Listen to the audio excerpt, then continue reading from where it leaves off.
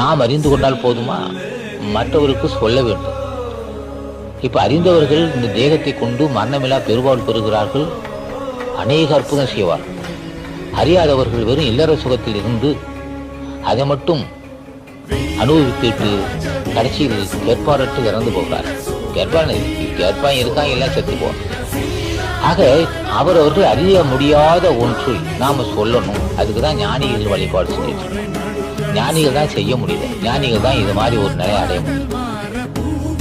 அப்ப அதற்காக அந்த எல்லாம் வல்ல இயற்கை உலகத்தை தோற்றுவித்தது மட்டுமல்லாமல் நமக்கு இந்த உடம்புக்குள்ளவே சிற்றின்பத்தையும் பேரின்பத்தையும் வச்சிருக்கிறான்.